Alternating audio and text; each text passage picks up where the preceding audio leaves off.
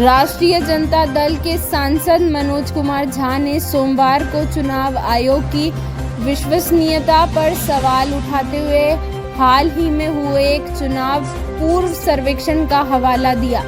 चुनाव प्रचार के दौरान प्रधानमंत्री नरेंद्र मोदी की विवादास्पद टिप्पणियों का जिक्र करते हुए राजद सांसद ने कहा कि उन्होंने पहले चरण के मतदान के दौरान चुनाव आयोग से कई शिकायतें की, लेकिन उन्हें 2 दिन पहले ही जवाब मिला। राष्ट्रपति के अभिभाषण पर धन्यवाद प्रस्ताव पर चर्चा के दौरान झा ने कहा, मुझे परसों एक ईमेल मिला जिसमें मेरा नाम, पता और फोन नंबर मांगा गया था। किस लिए? कहा, यही व्यवस्था है। उन्होंने लोक नीति CSDAS द्वारा किए गए चुनाव पूर्व सर्वेक्षण का हवाला दिया, जिसमें कहा गया था कि केवल 28% उत्तरदाताओं को चुनाव आयोग पर बहुत भरोसा है। झा ने कहा, इससे ज्यादा भरोसा तो पंचायत वेब सीरीज में फुलेरा के ग्राम प्रधान का है।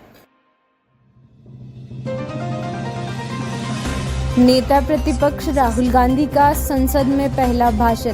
संसद सत्र के 6ठे दिन नेता प्रतिपक्ष राहुल गांधी ने मोदी सरकार और भाजपा को 20 से ज्यादा मुद्दे पर घेरा। उन्होंने हिंदू, अग्निवीर, किसान, मणिपुर, नीट, बेरोजगारी, नोटबंदी, GST, MSP, हिंसा, भय, धर्म, अयोध्या, गुजरात, जम्मू कश्मीर, लद्दाख, अडानी अंबानी, प्रधानमंत्री और स्पीकर की चर्चा की। उन्होंने 90 मिनट के भाषण की शुरुआत संविधान की कॉपी दिखाकर की। भाषण के दौरान सत्ता पक्ष और विपक्ष में जमकर तू मैं हुई।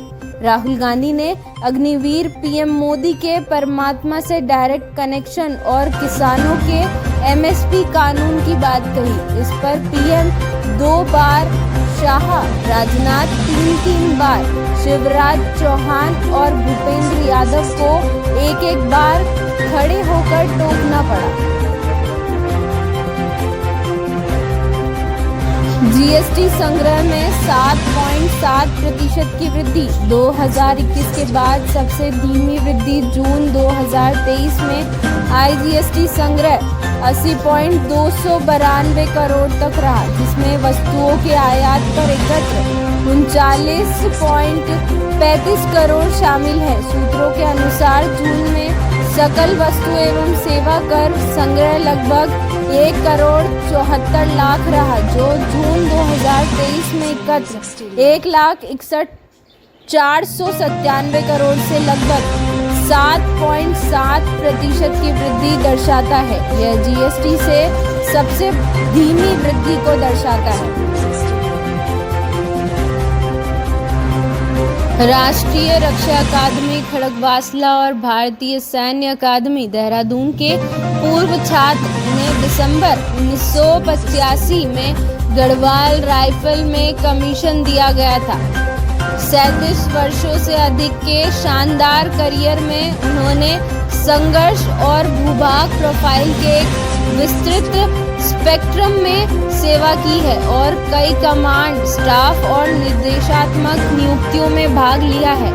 जनरल ऑफिसर के पास पश्चिमी और उत्तरी सीमाओं पर परिचालन गतिशीलता का गहन ज्ञान और गहरी समझ है। सेना ने एक बयान में कहा, वह संयुक्त सेवा कमान स्टाफ कॉलेज ब्रेकनेल UK और राष्ट्रीय रक्षा कॉलेज नई दिल्ली के पूर्व छात्र भी हैं। उन्होंने किंग्स कॉलेज लंदन से मास्टर ऑफ आर्ट्स की डिग्री और मद्रास विश्वविद्यालय से रक्षा अध्ययन में MPhil की डिग्री प्राप्त की है।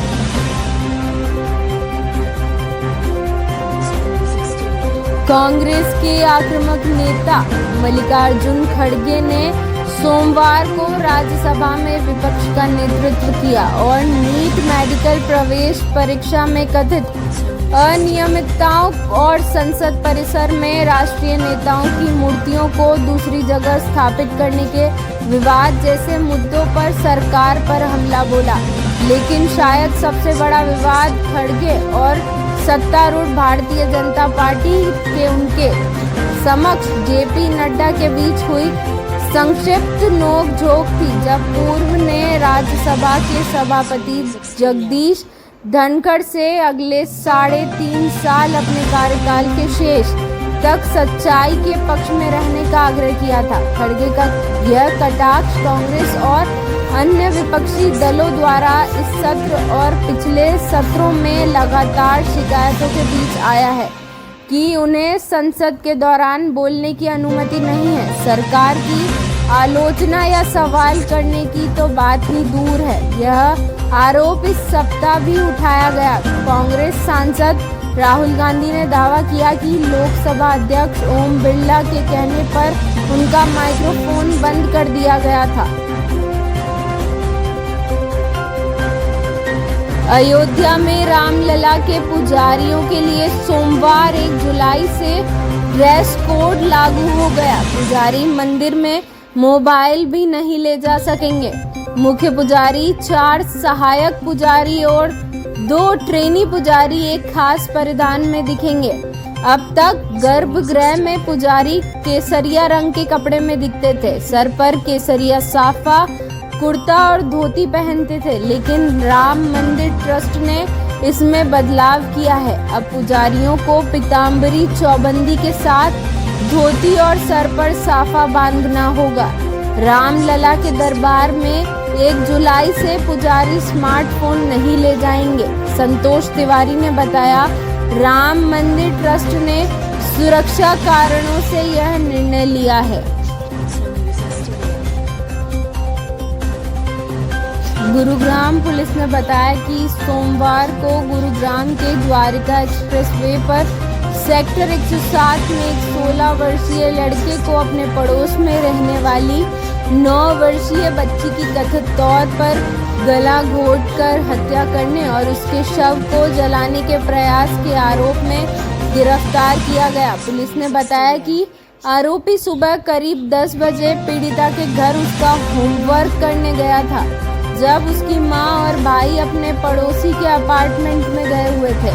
पुलिस उपायुक्त करण गोयल ने कहा कि आरोपी ने अपना अपराध कबूल कर लिया है और कहा है कि चोरी करते पकड़े जाने के बाद उसने लड़की की हत्या कर दी। अपार्टमेंट से भागने के लिए उसने कपड़े से लड़की का गला घोंट दिया और इससे पहले कि वह शव को ठिकाने लगा पाता और मौके से भाग पाता, लड़की की मां पहुंच गई और उसे पकड़ लिया गया।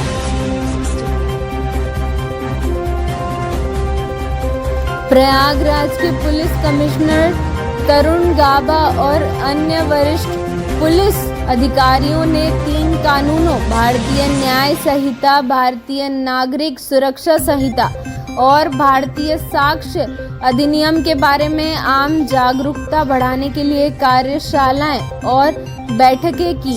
शहर के प्रमुख नागरिकों को संबोधित करते हुए गाबा ने उन्हें हुए बड़े बदलावों के बारे में बताया। उन्होंने कहा कि पुराने कानून अंग्रेजों के हितों की रक्षा के लिए दंड पर आधारित थे, जबकि नए आपराधिक कानून न्याय प्रदान करने की अवधारणा पर आधारित हैं। नए कानूनों का उद्देश्य लोगों के अधिकारों की रक्षा करना और देश के कानून को मजबूत करना है।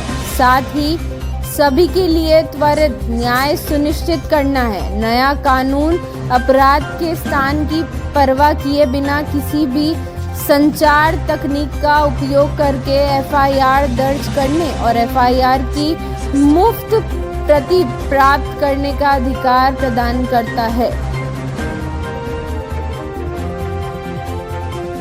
भारतीय नौसेना ने 43,000 करोड़ रुपए के प्रोजेक्ट 75I कार्यक्रम के तहत 2 पनडुब्बियों के क्षेत्रीय मूल्यांकन परीक्षण पूरे कर लिए हैं। मामले से परिचित लोगों ने बताया कि राज्य के स्वामित्व वाली शिप लीडर नवांतिया द्वारा पेश किए गए पौध का मूल्यांकन करने के लिए एक टीम पिछले महीने स्पेन गई थी। मुख्यमंत्री अरविंद केजरीवाल ने कथित शराब नीति घोटाले से जुड़े भ्रष्टाचार मामले में अपनी गिरफ्तारी और केंद्रीय जांच ब्यूरो (सीबीआई) की रिमांड को चुनौती देते हुए दिल्ली उच्च न्यायालय का दरवाजा खटखटाया। कथित घोटाले से जुड़े भ्रष्टाचार और धन शोधन के मामलों में केजरीवाल न्यायिक हिरासत में हैं। अवकाशकालीन न्यायाधीश अमिताभ रावत ने 26 जून को मुख्यमंत्री को 3 दिन के लिए सीबीआई हिरासत में भेज दिया था। उन्होंने कहा था कि इस समय गिरफ्तारी को अवैध नहीं कहा जा सकता।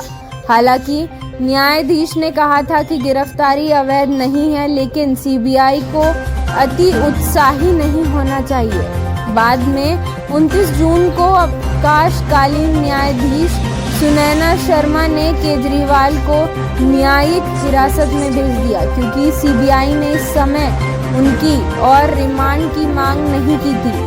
पिछले सप्ताह जांच एजेंसी ने तिहाड़ जेल में मुख्यमंत्री से पूछताछ की थी, जहां प्रवर्तन निदेशालय ईडी द्वारा जांचे जा रहे धन शोधन मामले के संबंध में न्यायिक हिरासत में बंद हैं।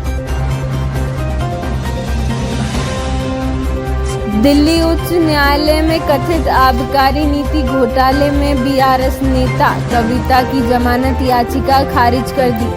न्यायमूर्ति स्वर्णकांता शर्मा द्वारा भ्रष्टाचार और धन शोधन मामले से जुड़ी 28 मई को दायर 2 जमानत याचिकाओं पर आदेश सुरक्षित रखने के बाद यह फैसला आया।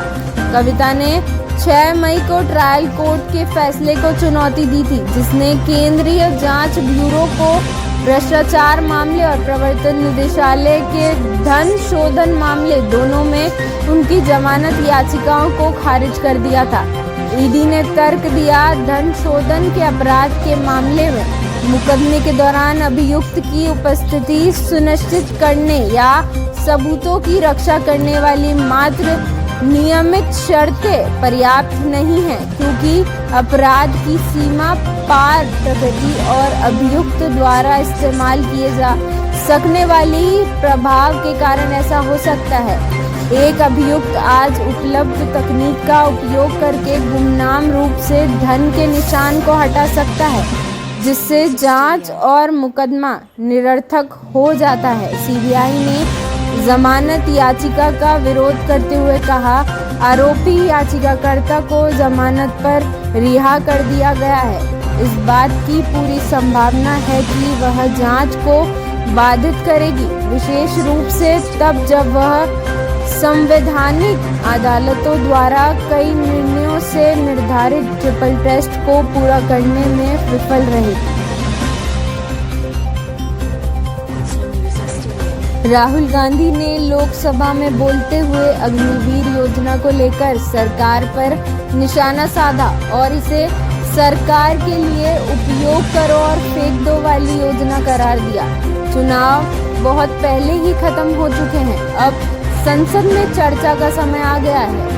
अब बहस और चर्चा का समय है और असहमति भी। लोकसभा में पहली बार विपक्ष के नेता बने राहुल गांधी और रक्षा मंत्री राजनाथ सिंह के बीच अग्निवीरों को लेकर ऐसी ही एक जोशीली बहस देखने को मिली। राहुल गांधी ने लोकसभा में बोलते हुए अग्निवीर योजना को लेकर सरकार पर निशाना साधा और इसे सरकार के लिए उपयोग करो और फेंक दो वाला काम करार दिया। 2022 में शुरू की गई अग्निवीर योजना में तीनों सेनाओं की आयु सीमा को कम करने के उद्देश्य से सशस्त्र बलों में कर्मियों को अल्पकालिक भर्ती करने का प्रावधान है। इस योजना के तहत भर्ती किए गए लोगों को अग्निवीर कहा जाता है। रक्षा मंत्री ने कहा उन्हें राहुल गांधी को गलत बयान देकर सदन को गुमराह करने की कोशिश नहीं करनी चाहिए। हमारी सीमाओं की रक्षा करते हुए या युद्ध के दौरान अपने प्राणों की आहुति देने वाले अग्निवीर के परिवार को 1 करोड़ रुपए की वित्तीय सहायता दी जाती है। राहुल गांधी ने विरोध जताते हुए कहा, गलत नहीं है सर, गलत नहीं है सर। कांग्रेस ने तर्क दिया कि इस योजना के कारण अग्निवीर 25 वर्ष की आयु में बेरोजगार हो जाएंगे। इसने यह भी कहा कि इससे सेना से सामंजस्य प्रभावित होगा, क्योंकि अल्पकालिक भर्तियां सुरक्षित पेंशन और अधिक उदार भत्तों के लिए पात्र सैनिकों के साथ काम करती है। केंद्र का कहना है कि अग्निवीरों को उनकी 4 साल की सेवा के अंत में एक अच्छा वित्तीय पैकेज मिलने से उन्हें सेना में काम करने के अनूठे अनुभव के अलावा एक अच्छी शुरुआत मिलेगी। केंद्रीय गृह मंत्री अमित शाह ने कहा कि आज से लागू हुए 3 नए आपराधिक कानूनों में सजा की जगह न्याय ने ले ली है। देश की आपराधिक कानून व्यवस्था की समीक्षा करने की कवायद का नेतृत्व करने वाले शाह ने आज मीडिया से कहा कि आज़ादी के 77 साल बाद भी देश में पूरी तरह से स्वदेशी कानूनी व्यवस्था है। औपनिवेशिक काल की आपराधिक संहिता में बदलाव के साथ न्याय व्यवस्था में भारतीय आत्मा जुड़ गई है। उन्होंने कहा, प्रावधान ऐसे हैं कि कई समूहों को लाभ होगा। ब्रिटिश काल की कई धाराओं को आज के समय के अनुरूप धाराओं से बदल दिया गया है।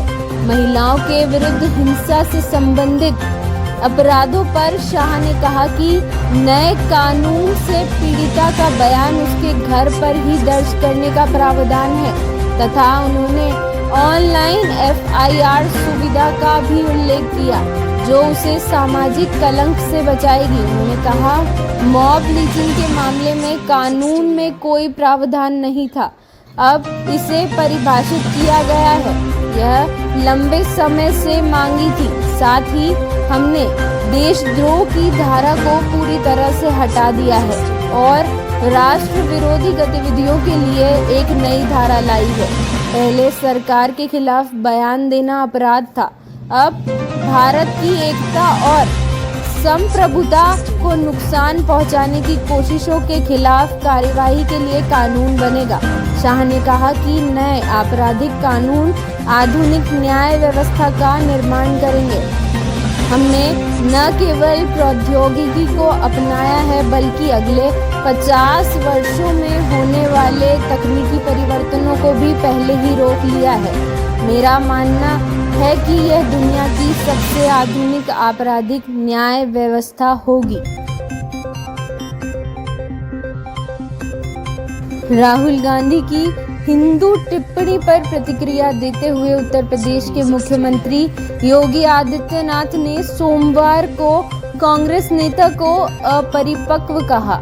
योगी आदित्यनाथ ने कहा, हमने सोचा था कि विपक्ष का नेता बनने के बाद राहुल गांधी परिपक्व हो जाएंगे, लेकिन मुझे ये कहते हुए दुख हो रहा है कि केवल अपरिपक्व दिमाग वाला व्यक्ति ही इस तरह की टिप्पणी कर सकता है।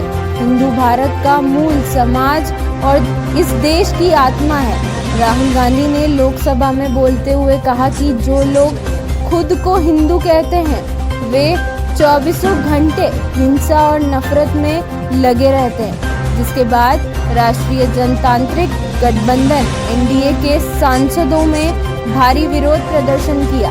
उन्होंने कहा, सभी धर्म और हमारे सभी महापुरुष अहिंसा और निर्भयता की बात करते हैं, लेकिन जो लोग खुद को हिंदू कहते हैं वे केवल हिंसा, नफरत और झूठ की बात करते हैं। आप हिंदू हैं ही नहीं। इस बीच केंद्रीय संसदीय कार्य मंत्री किरेन रिजिजू ने गांधी पर हमला करते हुए कहा कि वे सदन के नियमों का उल्लंघन करते हुए लोकसभा अध्यक्ष ओम बिरला को पीठ दिखाते रहे।